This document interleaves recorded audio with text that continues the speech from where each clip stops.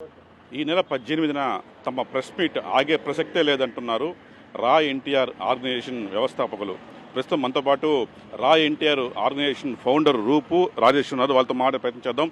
ఏంటి రాష్ట్ర వ్యాప్తంగా పెద్ద ఎత్తున రద్దు జరుగుతుంది. ఎప్పుడైతే రా ఎన్టీఆర్ సంస్థ నుంచి ప్రెస్ మీట్ ప్రకటన వచ్చిందో అది అనేక రకాల డైవర్ట్ తీసుకుంది. ఇంతకీ ఎల్లుండు అంటే 18వ ప్రెస్ మీట్ ఉంటుందా ఉండదా? సార్, ఎట్టి పరిస్థితుల్లో ఉంటుంది నిస్సందేహంగా. ఎందుకంటే ఆల్రెడీ మేము మా అన్ని సోషల్ మీడియా ప్లాట్ఫామ్స్లో వేదికల ద్వారా మేము నిన్న చెప్పడం జరిగింది.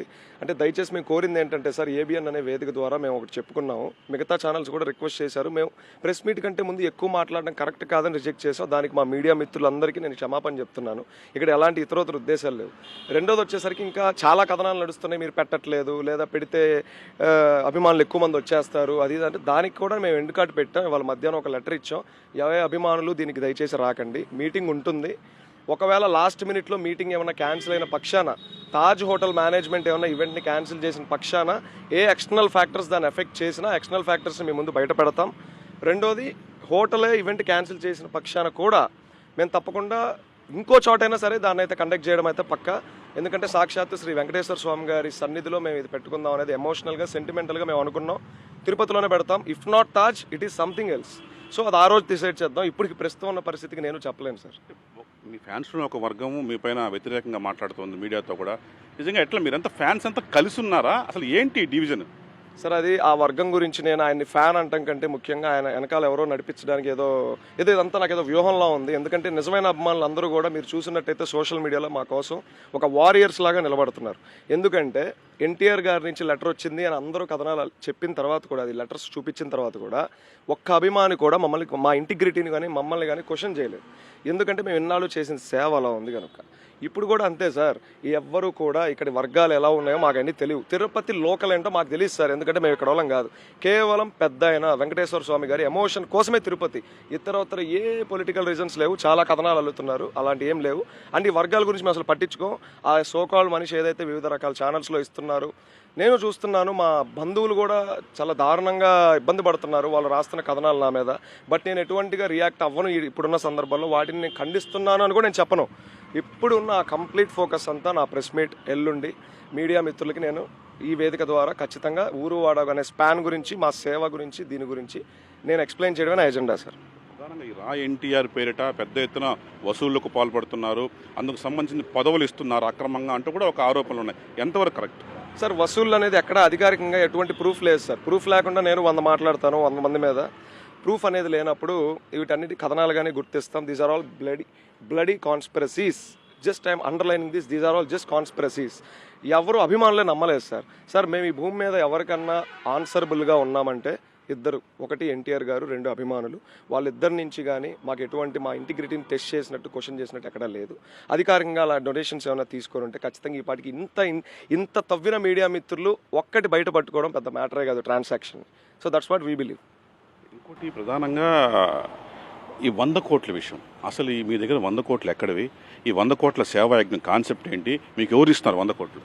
అదే సార్, ఇప్పుడు ఎల్లుండి కోర్ ఐడియా రివీలింగ్తో పాటు 2 నెలలుగా ప్రతి ఒక్కళ్ళు మమ్మల్ని ఇబ్బంది పెడుతున్న ఈ 100 కోట్లు కథనాలు వీటన్నిటికీ ఒక ఎండ్ కార్డ్ అయిపోతున్నాం ఎల్లుండి.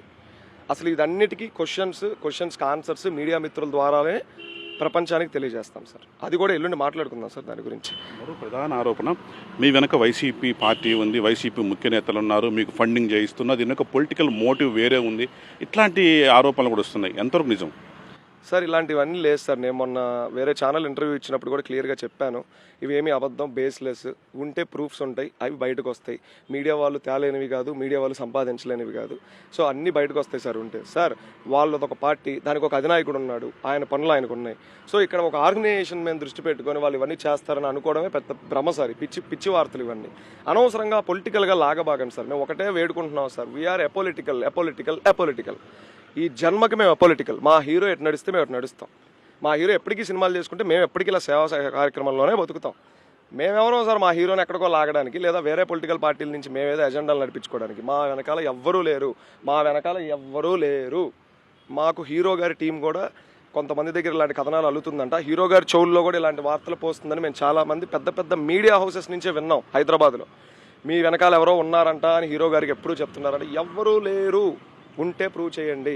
ఎవ్వరూ లేరు. ఫైనల్గా ఇప్పుడు ఎన్టీఆర్ కార్యాలయం నుంచి భారీగా ప్రకటన వచ్చింది, దానికి మా ఎన్టీఆర్కి ఏ సంబంధం లేదని చాలా స్పష్టంగా మిమ్మల్ని వేరు చేసి వాళ్ళు మాట్లాడారు కదా, దాన్ని చూసి ఏమంటారు?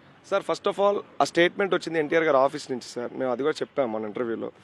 ఎన్టీఆర్ గారి ఆఫీస్ నుంచి వచ్చిందంటే అందులో ఎంతవరకు ఎన్టీఆర్ గారి ప్రమేయం ఉందో మాకు తెలియదు. రెండోది వచ్చేసరికి ఆ మాట నిజంగా ఎన్టీఆర్ గారు చెప్పినా కానీ మేము దానికి అగెనెస్ట్గా ఫైట్ చేయడానికి ఉన్నాం. ఎందుకంటే మేము తప్పు చెయ్యలేదు. That's it.